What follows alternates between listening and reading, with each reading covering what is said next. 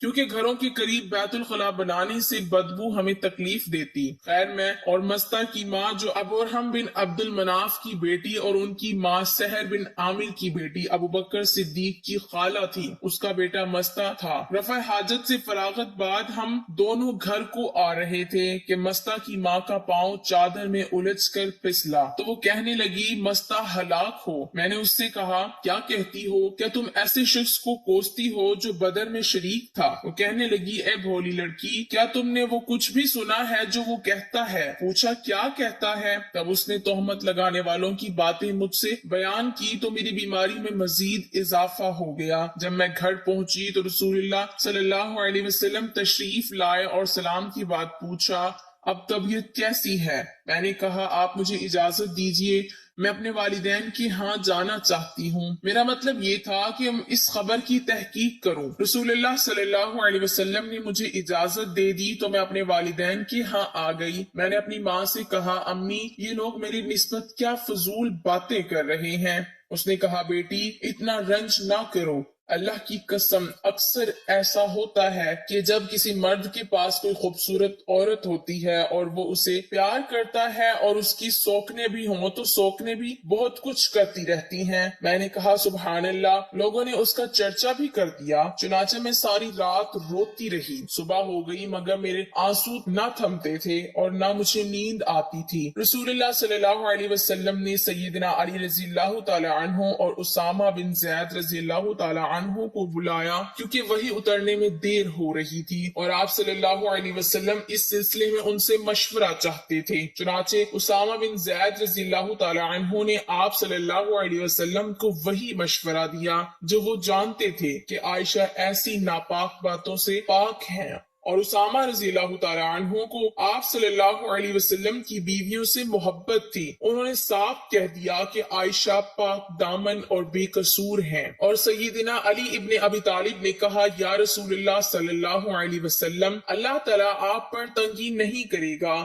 عائشہ رضی اللہ تعالی عنہ کے علاوہ اور بھی بہت عورتیں ہیں، اور اگر آپ صلی اللہ علیہ وسلم بریرہ رضی اللہ تعالی عنہ سے پوچھیں تو آپ کو ٹھیک ٹھیک بتا دیں گی۔ چنانچہ آپ صلی اللہ علیہ وسلم نے بریرہ رضی اللہ تعالی عنہ کو بلایا اور ان سے پوچھا کیا تم نے کوئی ایسی بات بھی دیکھی ہے کہ عائشہ کے متعلق تمہیں کچھ شک ہو؟ بریرہ نے کہا اس کی قسم جس نے آپ کو حق کے ساتھ بھیجا، میں نے ایسی کوئی بات نہیں دیکھی۔ ہاں میں اس میں ایک بات دیکھتی ہوں اور اسے چشم پوشی کر جاتی ہوں، اور وہ یہ کہ وہ بھی کم سن بچی ہے، آٹا گوندا پڑا چھوڑ کر سو جاتی ہے اور بکری آ کر آٹا کھا جاتی ہے۔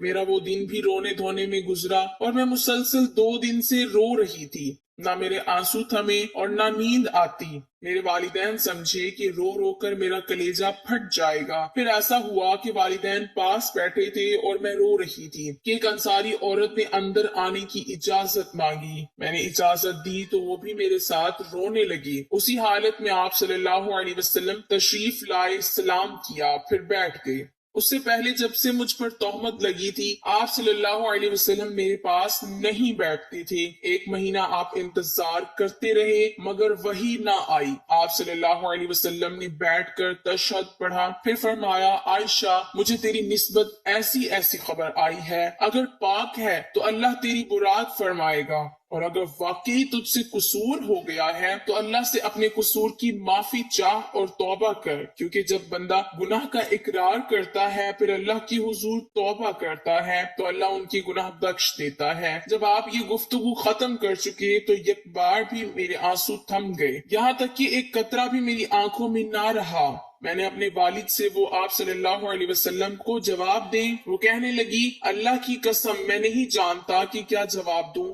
پھر میں نے اپنی والدہ ام رومان سے کہا کہ تم جواب دو۔ انہوں نے کہا میں نہیں جانتی کیا جواب دوں۔ آخر میں خود ہی جواب دینے لگی، میں کمزور لڑکی تھی، قرآن مجھے زیادہ یاد نہ تھا۔ میں نے کہا اللہ کی قسم میں جانتی ہوں کہ یہ بات جو آپ لوگوں نے سنی ہے آپ کے دل میں جم گئی ہے۔ اب اگر میں اس کا انکار کروں اور اللہ جانتا ہے کہ میں نے گناہ نہیں کیا تو آپ لوگ مجھے سچا نہیں سمجھیں گے، اور اگر میں گناہ کا اقرار کر لوں اور اللہ جانتا ہے کہ میں اس سے پاک ہوں تو آپ لوگ مجھے سچا سمجھیں گے۔ اللہ کی قسم میں اپنی اور تمہاری مثال ایسی ہی سمجھتی ہوں جیسے سیدنا یوسف علیہ السلام کے والد کی تھی۔ انہوں نے جو کچھ کہا تھا میں بھی وہی کچھ کہتی ہوں کہ اب صبر کرنا ہی بہتر ہے اور تمہاری باتوں پر اللہ میری مدد کرنے والا ہے۔ یہ کہہ کر مجھے یہ یقین تھا کہ چونکہ میں پاک ہوں لہٰذا اللہ تعالیٰ ضرور میری برات کر دے گا، مگر اللہ کی قسم مجھے یہ خیال تک نہ تھا کہ اللہ تعالیٰ میرے بارے میں ایسی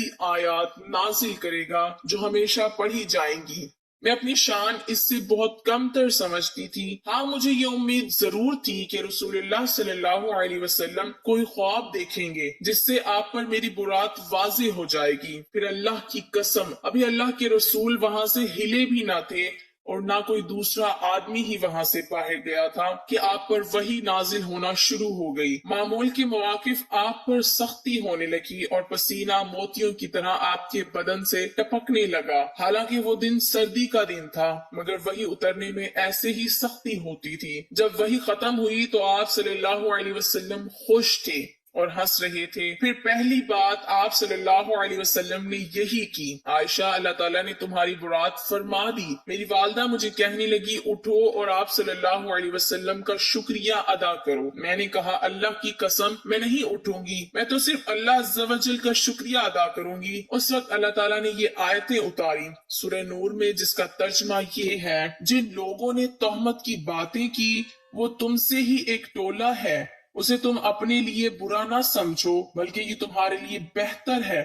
جس نے اس میں جتنا حصہ لیا اتنا ہی گناہ کمایا، اور ان میں سے جو اس تہمت کے بڑے حصے کا ذمہ دار بنا اس کے لیے عذاب عظیم ہے۔ جب تم نے یہ قصہ سنا تو مومن مردوں اور عورتوں نے اپنے دل میں اچھی بات کیوں نہ سوچی اور یوں کیوں نہ کہہ دیا یہ تو صریح بہتان ہے۔ پھر یہ تہمت لگانے والے اس پر 4 گواہ کیوں نہ لا سکے؟ پھر جب یہ گواہ نہیں لا سکے تو اللہ کے ہاں یہی جھوٹے ہیں۔ اور اگر تم دنیا اور آخرت میں اللہ کا فضل اور اس کی رحمت نہ ہوتی تو جن باتوں میں تم پڑ گئے تھے اس کی پاداش میں تمہیں عذاب عظیم آ لیتا۔ جب تم اپنی زبانوں سے اس بہتان کو اچھالتے تھے اور اپنے منہ سے وہ کہہ رہے تھے جس کے متعلق تمہیں علم نہ تھا اور تم اسے معمولی سمجھ رہے تھے حالانکہ وہ اللہ کی ہاں بہت بڑی تھی، اور جب تم نے یہ قصہ سنا تھا تو تم نے یوں کیوں نہ کہہ دیا ہمیں یہ نہیں کہ ایسی بات کریں تو پاک ہے، یہ تو بہت بڑا بہتان ہے۔ اللہ تمہیں نصیحت کرتا ہے کہ اگر تم مومن ہو تو آئندہ کبھی ایسی حرکت نہ کرنا۔ اللہ تمہیں واضح ہدایت دیتا ہے اور وہ سب کچھ جاننے والا اور حکمت والا ہے۔ جو لوگ یہ چاہتے ہیں کہ ایمان لانے والوں میں بے حیائی کی اشاعت ہو ان کے لیے دنیا میں بھی المناک عذاب ہے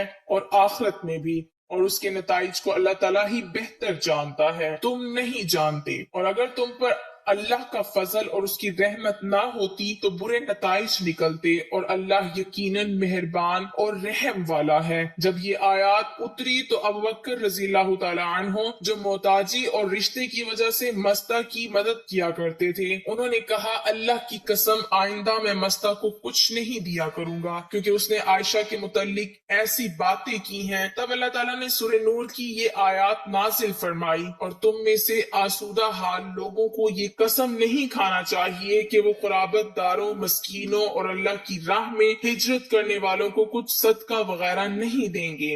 انہیں چاہیے کہ معاف کر دے اور درگزر کرے۔ کیا تم پسند نہیں کرتے کہ اللہ تمہیں معاف کر دے؟ اور اللہ بخشنے والا اور رحم کرنے والا ہے۔ یہ آیات سن کر ابوبکر رضی اللہ تعالیٰ عنہ کہنے لگے اللہ کی قسم مجھے یہ پسند ہے کہ اللہ مجھے بخش دے۔ پھر مستہ سے پہلے سا سلوک کرنے لگے اور کہا اللہ کی قسم جب تک مستہ زندہ رہا میں یہ معمول بند نہ کروں گا۔ سیدہ عائشہ رضی اللہ تعالیٰ عنہ کہتی ہیں کہ اس تہمت کے زمانے میں آپ صلی اللہ علیہ وسلم زینب بنت حجس ام المومنین سے میرا حال پوچھتے، تم عائشہ کو کیسی سمجھتی ہو اور تم نے کیا دیکھا ہے؟ تو انہوں نے کہا یا رسول اللہ صلی اللہ علیہ وسلم میں اپنے کان اور آنکھیں خوب احتیاط سے رکھتی ہوں، میں تو عائشہ رضی اللہ تعالیٰ عنہ کو اچھا سمجھتی ہوں۔ آپ صلی اللہ علیہ وسلم کی بیویوں میں سے زینب ہی میرے برابر کی تھی، بڑھ چڑھ کر رہنا چاہتی تھی، اللہ نے ان کی پرہیزگاری کی وجہ سے انہیں بچا لیا